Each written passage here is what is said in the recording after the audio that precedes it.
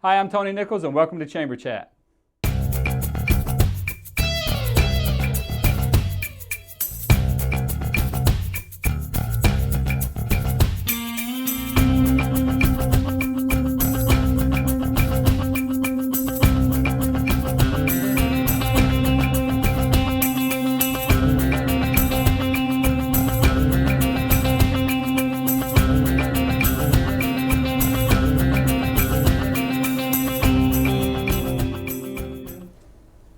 Welcome to Chamber Chat, a program put together by the Salisbury Area Chamber of Commerce to keep you informed on what's going on in your chamber and in your community. Joining us on Chamber Chat today, a first-time guest of Chamber Chat, Mr. Cooley. Now, before I officially welcome you, I think you've been the president, certainly a past president of the Salisbury Area Chamber of Commerce, Rotaries, and I think the only thing you haven't been president of would be the city of Salisbury, which would mean the mayor. But Art Cooley, welcome to the program. Well, I don't live within the city limits. Okay. Thank you, Tony. Okay. I appreciate it. Very good. Art, what are you here to talk about today? I wanted to talk about the upcoming holiday basketball tournament called the Governor's Challenge. You know, I know if many people that are watching are like me, I've heard about this and I've seen it on television. I've seen advertisements for it. You know, outside of a basketball tournament, because I get that. What is this Governor's Challenge? Well, it is a big social event. Actually, there's been a holiday tournament taking place at the Civic Center for probably 34 years. But since tourism got involved about 2005 and then came to our Rotary Club and made a presentation, and the Rotary Club got enthused about what it could do for the community, it's grown, developed into the Governor's Challenge about 2010. And since then, it's just skyrocketed as an event in the holiday season. You mentioned, so your Rotary Club has taken the initiative to bring this on as a project or to support it. Why do that? Well, when we heard the presentation 6 or 7 years ago by tourism, we were impressed by what they were doing for the community, and this was one of the projects that needed some assistance, and Dan Williams at the time, I believe, had spearheaded an effort to help them by trying to sell sponsorships and ads to local businesses so that we could build the tournament into something bigger and more successful than it had been. Gotcha. So why a holiday tournament? Well, the kids are not in school. Makes sense. Having something that they can do that's positive and safe from an environmental standpoint. You know where your youngsters are. For the basketball player, it's an opportunity to stay in shape. But really, perhaps one of the driving forces here was why High Coach Butch Waller really jumped on this for both that reason and the fact that it gave more exposure to our players. You know, we don't play on the in the big metropolitan areas like Baltimore, Washington. Coaches, college recruiters don't often see a lot of our players. Sure. Having a tournament down here that could draw enough attention, let our players play in a Civic Center, a big venue, and play against tougher competition, stay in shape in the off season. So there are a number of positives. Well, it sounds like a very positive thing. Now, I'm assuming this ties directly into the initiative that over the years we've heard about across the United States. You know, finding young men and women that outside of sports or outside of something to plug into, they might be going down a different path. And I would think that along with exposure to bigger schools, better opportunities for them in a sport, it ties into that same initiative. The initiative across the United States that we've heard about sweeping across the United States for years, events like this that would take an athletic event and tie it into not only helping the kids with an opportunity for a scholarship or to be seen, but to keep them off the streets. That is certainly a part of it, and the economic benefit to the community is also a part of it because you're in the off season from a tourism standpoint, but when you bring in teams, particularly the way it's going to be this year, as we've grown from 28 teams to 100 teams this year, the economic impact on the community is phenomenal, and those dollars get churned in the community through the Rotary Club. The percentage that we get from selling ads or sponsorships go right back into the community to support a Christian shelter or Meals on Wheels or building wheelchair ramps or other things. So You just said you've gone from 28 teams to over 100. What other changes have you seen since you guys started this event? well, when Rotary came on board, that was the year that the National High School Coaches Association was trying to sponsor it. The following year was the first year of the Governor's Challenge, and it's grown from 28 then on up to 100 teams now. 71 of those teams are going to need places to stay, Right. eat, buy gas, and most of the others are going to buy gas and buy food. So the impact's going to be phenomenal. The attendance is going up from paid attendance of 3,000 to probably 4,000 or 5,000 this year, as we've doubled in size from the 53 teams. We've added girls teams. This year we're adding JV teams, and this year we're adding live streaming, which is a phenomenal aspect, because now college coaches across the country that might have an interest in a prospect can look at it on live streaming or see it a few days later, download it, and have an opportunity to watch a good player that they've heard about but can't make the trip in here to see him. So Wow. that addition this year has really taken this up to where it is the largest holiday basketball tournament in the eastern United States, Wow. and second in the country. It's a pretty big deal. Yeah, it's a very big deal. So, you spoke just a minute ago about how this impacts the community. Certainly, with the from a tourism aspect, people coming in, eat, buying gas, hotels. Has it outgrown Salisbury until you're having to go, like many other events that the Department of Tourism with Wicomico County has done, that you're outgrowing our local hub here and you're having to go out to the surrounding communities to find hotel rooms? I would think so with 100 teams. Hotel rooms, yes. Yeah. Not necessarily much else. We've got a good nucleus of venues for them to play in. When Rotary got involved, there was one venue. It was the Civic Center, and there were 2 courts. Now we play 5 games simultaneously, or will this year, 2 at the Civic Center, while there's 1 at each of the 3 city high schools that are all within a Right. few miles of each other. So that hub makes it an ideal place to host the tournament. We'll fill up all our hotel rooms, and then we'll overflow into Ocean City or wherever folks want to go. I think tourism has worked with Ocean City on some of this, All right. but it'll be great for our restaurants, for some of our shops, great for gas stations. So, you mentioned a few minutes ago about sponsorships, I believe, or how businesses are getting involved, and certainly the Rotary getting involved. Why would my business want to sponsor this event? There are really 2 reasons. One, from a social aspect, this is becoming a community event. There's so many people that go to this, they look forward to it the next year to see friends or family. It's a great place during the holidays when your kids are out of school that parent and child can go together, and if they enjoy basketball and watch basketball, it's not terribly expensive. Children under 11 are free. Students get in for $5 a day, adults for 10, or the whole week for 30. The programs are free.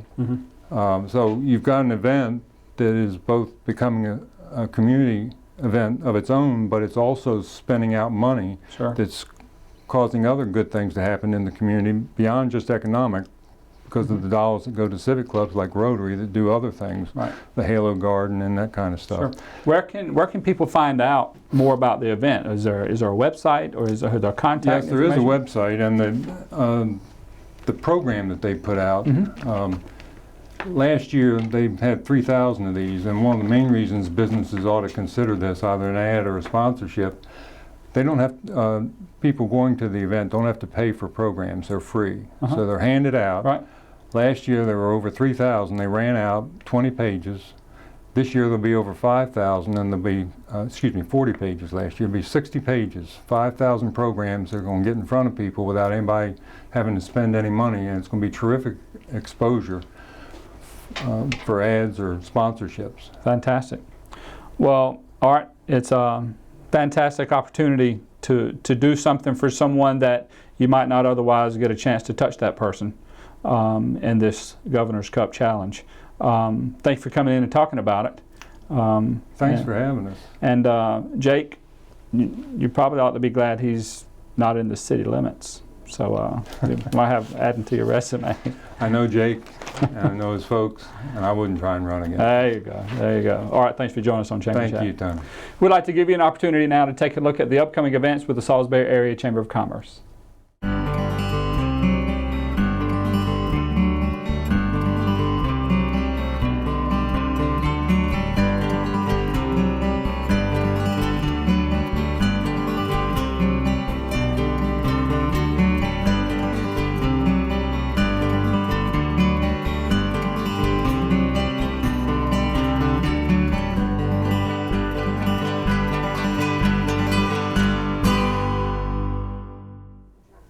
Welcome back to Chamber Chat right here on PAC 14.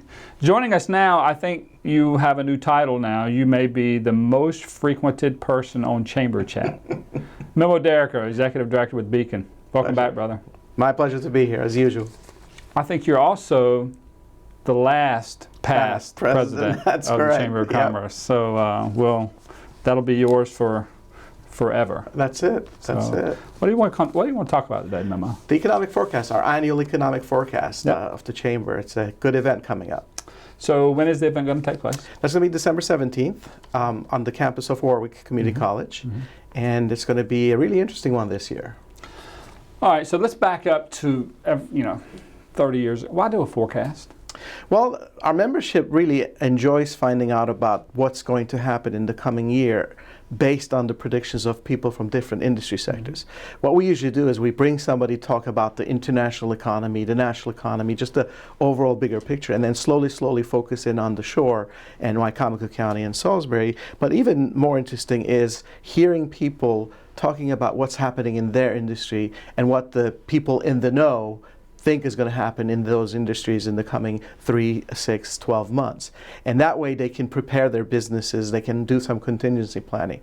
Forecasting an economy is looking into a crystal ball. There are things you can figure out, and there are things you never expect come and hit you without any warning. But if you are prepared for what is likely to happen as well as what could happen, you're better off. That way you're not constantly in a reactive mode. Right. You're a little bit proactive. You've done your contingency planning, etc. So historically, of all the events we put together, this is one of the favorite events for our membership. They really appreciate it. They come to us with questions as to what they want discussed.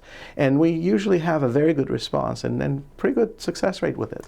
For those of you that don't know, tuning in to Chamber Chat, Memo travels from continent to talk about these kinds of things. So the next question you would be suited to answer.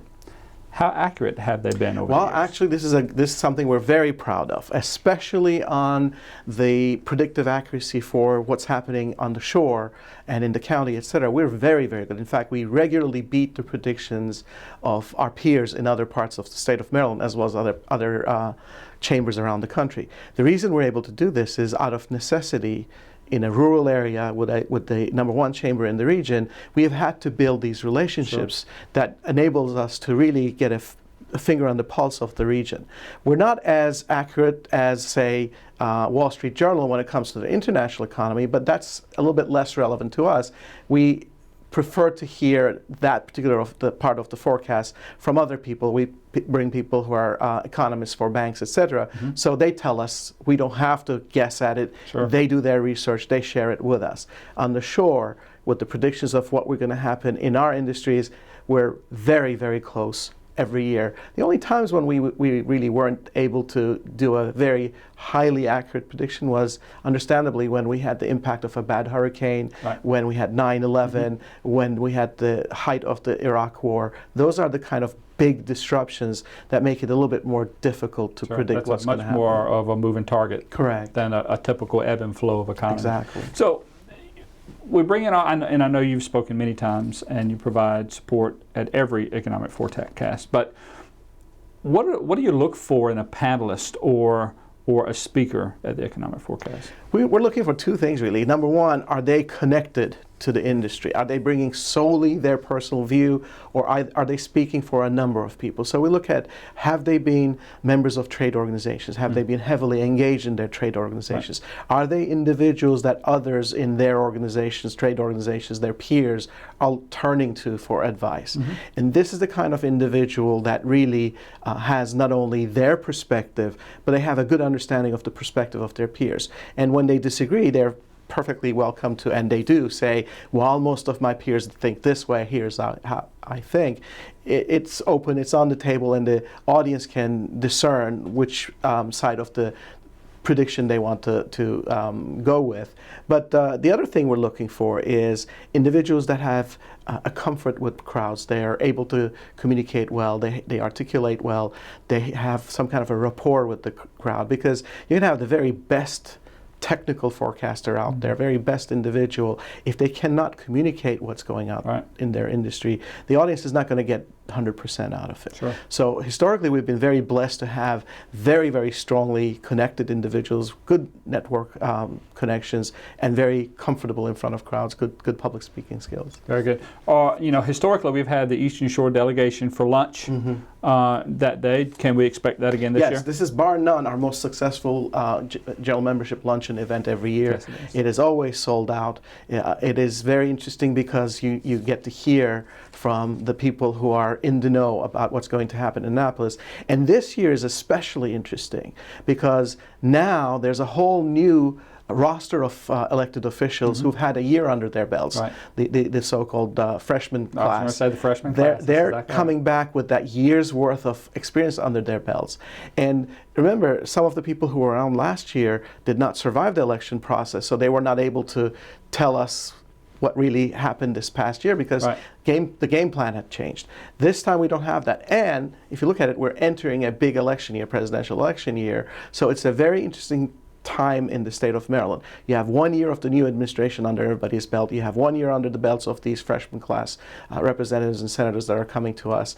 It's going to be a very interesting point of view that we're going to hear. Tell us one more time when and where.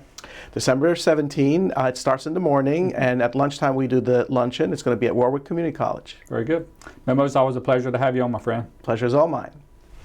We'd like to give you one more opportunity to take a look at the upcoming events with the Salisbury Area Chamber of Commerce.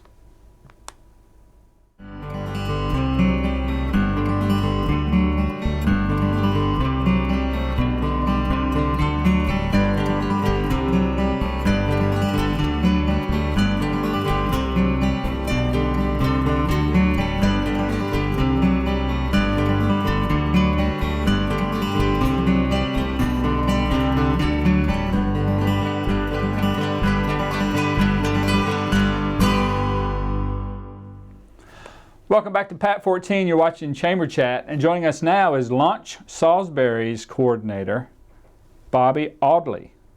Did I say that right? You got it right. All right. Tell us what Launch Salisbury is, Bobby. Sure. So Launch Salisbury, or Launch SBY, is an initiative that grew out of a group of people coming together late last year, to try to say, how can we encourage, support, and give resources to entrepreneurs in our community. And so what directly came out of it was the Entrepreneur Center, which is in the basement of the library. There's no better way to put it. It's been renovated, so it's a beautiful, beautiful space with tables, chairs, whiteboards, projector screens, Keurig coffee machine, some snacks and water bottles, and refrigerator, a lounge area, really a space for entrepreneurs. And then Launch SBY, the kind of meaning behind that is to fill the space with different workshops and things that will draw entrepreneurs out to give them a reason to use the space. Yeah, I know the conversation that has been centered around Salisbury's downtown and how, the thought behind making that a hub of entrepreneurism. I was part of some of those conversations and how Launch was formulated or come to being. Yeah. Have you seen much use of the facility? Yeah. Yes and no. Okay. I've seen consistent use from a small number of people. Okay. So we're really trying to grow it and use it. I mean, the space can hold up to 100 people. And so to get as many people using it as possible, After the business competitions in the spring at SU, we saw a couple folks come out to consistently use the space. We actually had a Salisbury student who used it all throughout the summer and has used it since to get together with his team that he's compiled with the business that he's creating.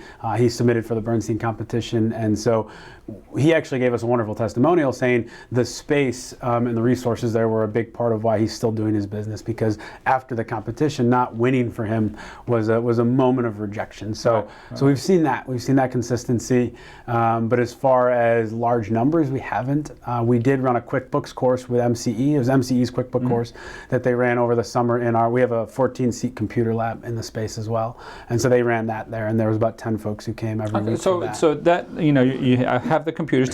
Describe the facility for us. Yeah. What's in there? What can people, if they were going to have an event there, what's there that they don't have to bring that they can utilize? Yeah, so twofold. Number one, I'll get to the event, but also the idea of just the entrepreneur who wants to come use the space. There's free high-speed Wi-Fi, which is its own separate Wi-Fi. You're not using the same that the library has upstairs, so its own high-speed Wi-Fi. We did just purchase a printer, which has the ability not only a lot of prints, but also to fold and staple a booklet. Okay. So if an entrepreneur needs something for a business competition or marketing purposes or going to an investor, they can print that there instead of having to go to a FedEx office or something like that. Then it also has, like I said, there's a couch and 2 lounge chairs as a place to relax and just get some quiet space, as well as there is a conference room that we have not developed it yet, but it is a separate space that if someone has that need, we can work with them to fix it to their needs. But as far as events go, like I said, it holds 100 people, and we have tables, chairs,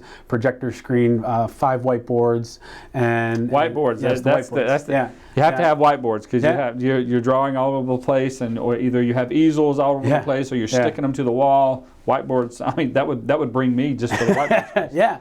And we had Bill Burke brought 50 Salisbury students from their living learning community for entrepreneurship to the space for an event, and we used every single whiteboard for a brainstorming session. So you're right, really, really awesome resource there. You talk about events. Tell us a little more about some of the events or how the space has been utilized now, and how you'd like to see that grow.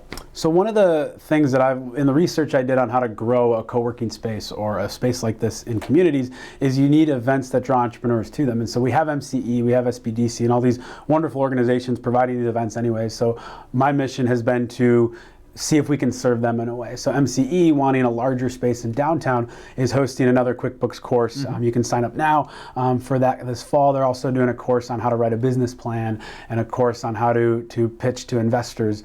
We worked with SBDC in the spring. John Hickman has a phenomenal presentation about how to do that 1-minute pitch for a business competition. We ran that course in the spring and plan to do that again for the business competition. So those are some of the examples. And again, just working with the local groups that are already doing these amazing courses, and how can we give them a space in downtown and a space that holds up to 100 people. Give us a peek into, as scary as it may be, give us a peek into Bobby Audley's mind in terms of what you envision Launch Salisbury being. Yeah.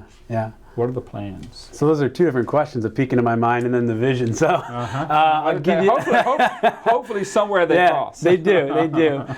So my vision... When I moved back to Salisbury in November, reached out to Professor Bill Burke to say, I hear there's an entrepreneurship community in this area. I'd love to be a part of it. And he connected me with Launch SBY. And my vision was this space that is filled with entrepreneurs in this community, finding ways to work together, collaborate, and support each other.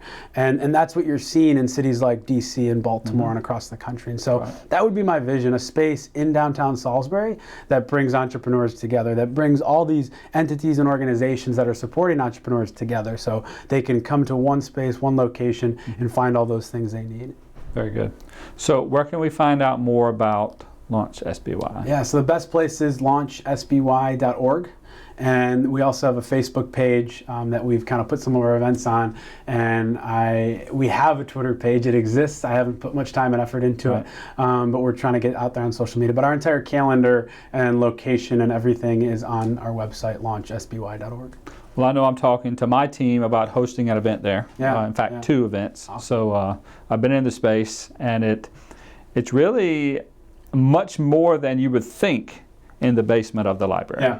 It's a very professional setting, yet at the same time, has a relaxed feel for that entrepreneur setting that they want to come in, kick back, and just put some thoughts in place. Yeah, no, the story I tell is when Bill Burke brought his class. These are freshman students, not from Salisbury, from anywhere across the state or the country. And when they came in, I know it sounds cliche to say, but they literally said, wow, because again, you're coming to the base. I used to say we're the first floor of the library and nobody could find us. And so let's the reality, we're in the basement of the library. But you really have to, I encourage people, if they haven't been there since many, many years, come check it out. Come check it out and see what the space is and the renovations they've done. Bobby, thanks for stopping in on Chamber Chat. Thank you for having me, Tony. Thank you. All right. Well, that's all the time we have for this edition of Chamber Chat. As always, if you've missed any portion of this program or you'd like to see previous editions of Chamber Chat, you can log on to PAC14 and utilize their on-demand feature on pac14.org, or you can utilize the Chamber's website. Again, we'd like to thank you for joining us on this edition of Chamber Chat. My name's Tony Nichols, encouraging you to make a difference.